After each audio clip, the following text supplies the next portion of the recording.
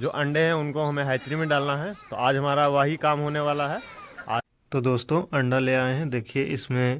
चलिए अब आप लोगों को एक डिटेल्ड तरीके में बताता हूँ हैचरी के बारे में कि हैचरी क्या है, हैचरी की हमें ज़रूरत क्यों पड़ी और हैचरी वर्क कैसे करता है। नमस्कार दोस्तों, फिर से स्वागत है एक नए ब्लॉग में। तो दोस्तों सुबह के अभी 7 बज गए हैं और मैं सुबह उठकर फ्रेश हो गया हूँ। तो आज भी फार्म के रिलेटेड कुछ काम है, तो चलिए पहले चलते हैं फार्म पे।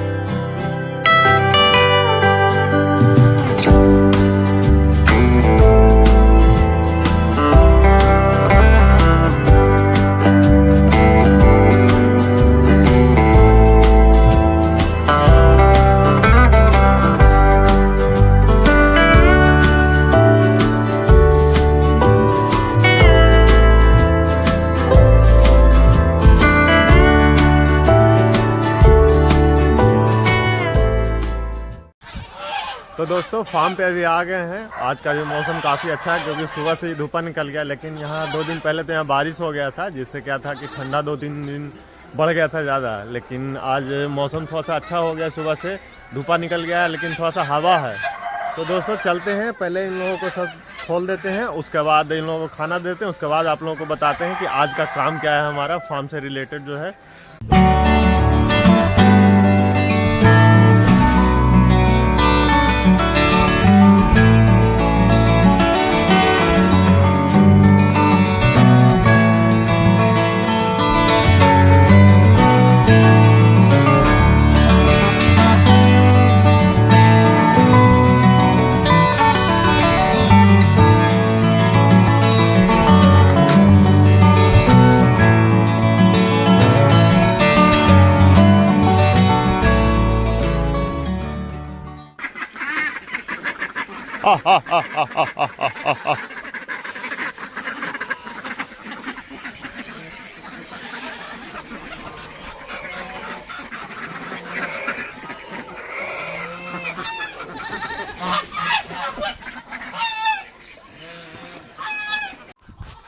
तो दोस्तों हमने सभी को खाना दे दिया है और हमारा टोनी और स्टार कोई खाना खा रहा है।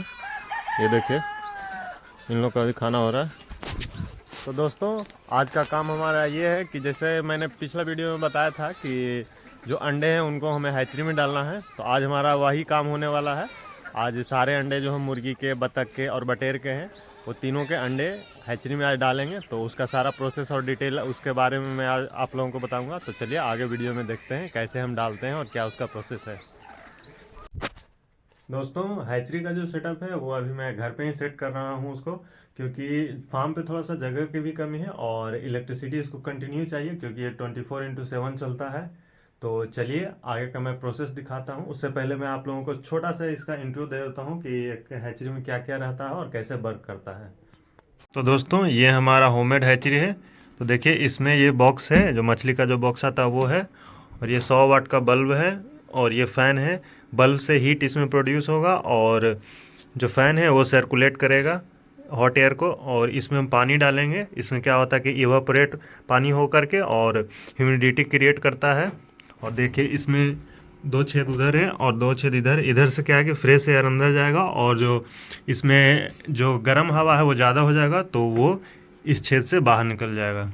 और इसमें देखिए इसको अंदर का टेम्परेचर इसमें कितना है क्या है उसको यहाँ से जो ये सेंसर है उससे पता चलता है।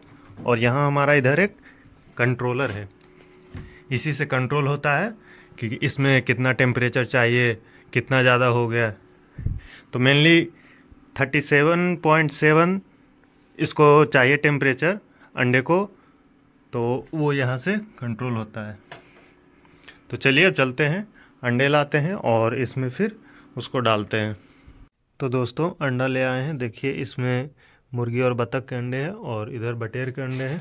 तो चलिए अब डालते हैं इसको हैचरी में।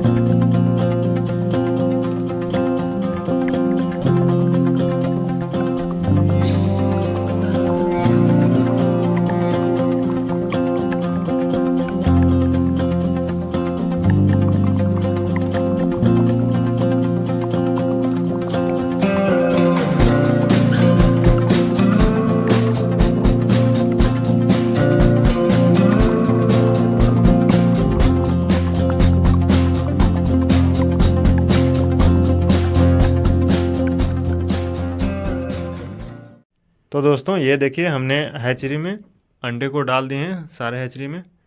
तो चलिए अब मशीन को ऑन करते हैं। ये देखिए ऑन हो गया। तो दोस्तों ये मैनुअली इसमें हमको रोटेशन करना पड़ेगा, तो सुबह और शाम दोनों टाइम इसको रोटेशन करना पड़ेगा। तो चलिए इसको कवर लगा देते हैं।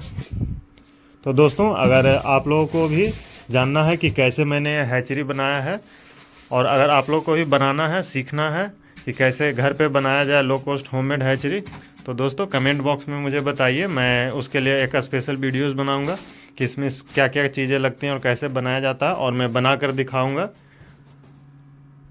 तो दोस्तों ये हमारे अंडा डालने के बाद करीब करीब 4.5 से 5 घंटा हो गया है, और अभी इसे एक रोटेशन मुझे करना है।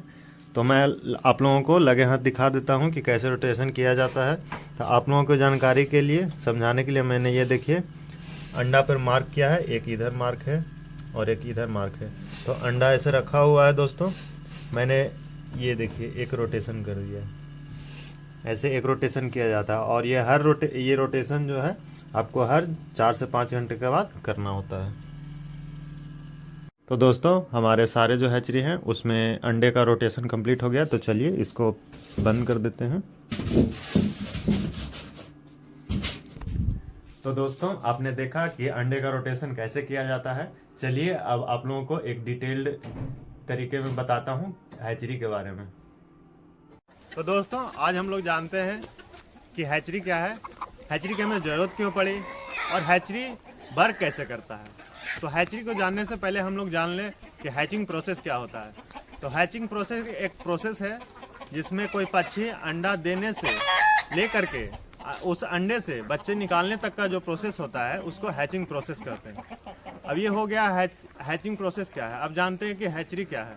तो हैचरी एक आर्टिफिशियल बोल सकते हैं, हैचिंग प्रोसेस करवाने का एक मशीन बोल सकते हैं, वो उसको हैचरी बोलते हैं। अब है कि हैचरी की हम लोगों को ज़रूरत क्यों पड़ी। तो जैसे कि हम लोग फार्मिंग कर रहे हैं तो हमारे पास लार्ज अमाउंट में पक्षियाँ होती है, और उस पक्षियों से हमारे पास लार्ज अमाउंट में अंडे भी आते हैं। लेकिन अब क्या है कि वो पक्षियाँ सारे एक साथ कुड़क नहीं हो पाती है, तो उसके कारण हमारे पास लार्ज अमाउंट में चूजे नहीं आ पाते हैं। तो इस केस में हम लोगों को हैचरी का सहारा लेना पड़ता है। तो दोस्तों अब जान लेते हैं कि हैचरी वर्क कैसे करता है और ये कितने प्रकार का होता है। तो मेनली दोस्तों हैचरी में 2 चीज़ों का ध्यान रखना पड़ता है। पहला हो गया टेम्परेचर और दूसरा हो गया ह्यूमिडिटी। टेम्परेचर की बात करें तो टेम्परेचर हमें इसमें 37.5 डिग्री सेल्सियस से 37.7 डिग्री सेल्सियस तक मेंटेन करना पड़ता है। और जहाँ तक ह्यूमिडिटी की बात करें तो ह्यूमिडिटी इसमें 75 to 80% इसमें ह्यूमिडिटी की ज़रूरत पड़ती है। तो आप जान लेते हैं कि हैचरी जो है कितने प्रकार के होते हैं। तो हैचरी मेनली 2 प्रकार के होते हैं। एक हो गया जो हमारा मैनुअल हैचरी हो गया, और एक हो गया जो फुल्ली ऑटोमेटिक हैचरी हो गया। तो दोस्तों अब जान लेते हैं कि फुल्ली ऑटोमेटिक क्या है और मैनुअली क्या है। तो फुल्ली ऑटोमेटिक इसमें आपको नाम से ही लग रहा है कि ऑटोमेटिक ही सारा वर्क करता है। मेनली इसमें 3 प्रोसेस होता है। पहला आपका टेम्परेचर हो गया, दूसरा ह्यूमिडिटी हो गया, और तीसरा जो हुआ एग रोटेशन का। तो इसमें सारा आपको ऑटोमेटिक ही होगा। बस इसमें थोड़ा सा चीज़ों का कुछ चीज़ों का ध्यान रखना पड़ता है। वो ये है कि इसमें एक एरिया होता है जिसमें पानी रहता है, जिससे इवोपरेट होकर ह्यूमिडिटी क्रिएट होता है। तो बस उसको ये ध्यान आपको रखना है कि वो पानी कम ना हो। और मैनुअली क्या होता है, मैनुअली हैचरी में आपको क्या है कि आपका टेम्परेचर तो खुद से मेंटेन हो जाएगा, आपको ह्यूमिडिटी भी मेंटेन हो जाएगा। उसमें भी आपको एक एरिया रहेगा जिसमें पानी आपको देखना है कि कम ना हो। लेकिन उसमें जो एग रोटेशन, जो मेन प्रोसेस है एग रोटेशन का, वो आपको मैनुअली करना पड़ेगा। तो अब इसमें जान लेते हैं कि इसका ड्रॉबैक क्या है। जैसे ऑटोमेटिक का पहले ड्रॉबैक जान लेते हैं। तो इसमें क्या है कि बहुत एक्सपेंसिव होता है। आपका काम तो सारा ऑटोमेटिक हो जाएगा लेकिन बहुत एक्सपेंसिव आता है। मैनुअली का ड्रॉबैक क्या है कि आपका लो कॉस्ट में बन जाएगा, इसको आप घर पे भी बना सकते हैं, लो कॉस्ट में एकदम आता है। लेकिन इसमें यह है कि थोड़ा सा टाइम टेकिंग है। इसमें आपको मैनुअली एग रोटेशन करना पड़ेगा, उसमें आपको थोड़ा सा टाइम लग जाता है। तो दोस्तों जैसा कि आप लोग जान गए कि हैचरी क्या है, वो कैसे वर्क करता है और कितने प्रकार का होता है। तो अब जान लेते हैं दोस्तों कि हम लोग जो फार्मिंग करते हैं, तो जिन पक्षियों का हम लोग फार्मिंग करते हैं, तो उनके अंडों का हैचिंग प्रोसेस कितने दिनों का होता है। तो सबसे पहले हम लोग बात करते हैं मुर्गियों का। मुर्गियों का बात करें दोस्तों, उसका हैचिंग पीरियड जो होता है वो 21 दिनों का होता है। उसमें हम लोग को रोटेशन सिर्फ पहले के 18 दिनों तक ही करना होता है। अब बात कर लेते हैं बतख का। बतख की बात करें तो उसका प्रोसेस होता है 28 दिनों का। उसमें भी लास्ट का 3 दिनों आप लोगों को छोड़ देना है, उसमें आपको रोटेशन नहीं करना है। अब बात करते हैं बटेर की। बटेर की बात करें दोस्तों तो वो 18 दिन का प्रोसेस होता है, हैचिंग प्रोसेस। उसमें भी आपको वही करना है, लास्ट के जो 3 दिन है उसमें आपको छोड़ देना है, रोटेशन नहीं करना है एक का। मैनुअली में मैं बात कर रहा हूँ। अब बात कर लें चौथा बात करें तो हम लोग हंस की भी फार्मिंग करते हैं। हंस की तो ऐसे हैचरी में उसके अंडे डालने की जरूरत नहीं पड़ती है, क्योंकि हंस जो है साल में सिर्फ एक ही बार एक सीजन में ही देती है अंडे। उसमें क्या है, आप लोगों का हंस जो है खुद से ही अंडे को से लेती है, जल्दी उसका जरूरत नहीं पड़ता है। लेकिन अगर बाय द वे आपको जरूरत पड़ गया कि उसको भी अंडे को हैचिंग करवाना है तो उसका जो पीरियड होता है 40 दिनों का होता है दोस्तों। तो दोस्तों अब हम लोग जान लेते हैं कि एग रोटेशन हमें क्यों करना जरूरी है। तो जैसा कि आप लोगों ने कभी अंडे फोड़े होंगे तो उसमें देखे होंगे कि बीच में एक येलो कलर का योल्क रहता है और बाहर का आउटर सरफेस में क्या रहता है कि वाइटिस कलर का लिक्विड रहता है। तो बच्चे जो हमारे हैं योल्क से ही तैयार होते हैं। तो स्टार्टिंग में क्या होता है कि योल्क जो होता है हल्का होता है, वो लिक्विड में तैरते रहेगा। लेकिन जैसे जैसे बच्चे तैयार होते जाते हैं तो वो धीरे धीरे भारी होते जाता है। तो उस प्रोसेस के दौरान अगर हम अंडे को एक ही पोजीशन में छोड़ देते हैं तो क्या होगा कि वो जो बच्चा तैयार जो होगा हमारा वो नीचे बैठ जाएगा और जो बाहर का जो लिक्विड है वो ऊपर रह जाएगा। उससे क्या होगा, बच्चा तो तैयार होगा लेकिन लास्ट जब उसे निकलने के टाइम आएगा तो वो डैमेज हो जाता है, वो निकल नहीं पाता क्योंकि वो नीचे चिपक जाता है। इसीलिए हम लोग को अंडे का रोटेशन करना बहुत जरूरी होता है, ताकि उससे क्या होगा कि रोटेशन करने से उसका नया बच्चे का जो है नया पोजीशन चेंज होते रहेगा, जिससे वो चिपकेगा नहीं, उसका रोटेशन होते रहेगा। तो दोस्तों हमने कोशिश की है हैचरी से रिलेटेड सारी जानकारियां आपको बताने की। अगर आपके मन में कोई सवाल या सुझाव है तो हमारे नीचे कमेंट बॉक्स में आप बता सकते हैं। तो दोस्तों अगर आपको ये वीडियो अच्छा लगा तो एक प्यारा सा लाइक कर सकते हैं और इसी तरह अच्छी जानकारियों के लिए हमारे चैनल को भी सब्सक्राइब कर सकते हैं।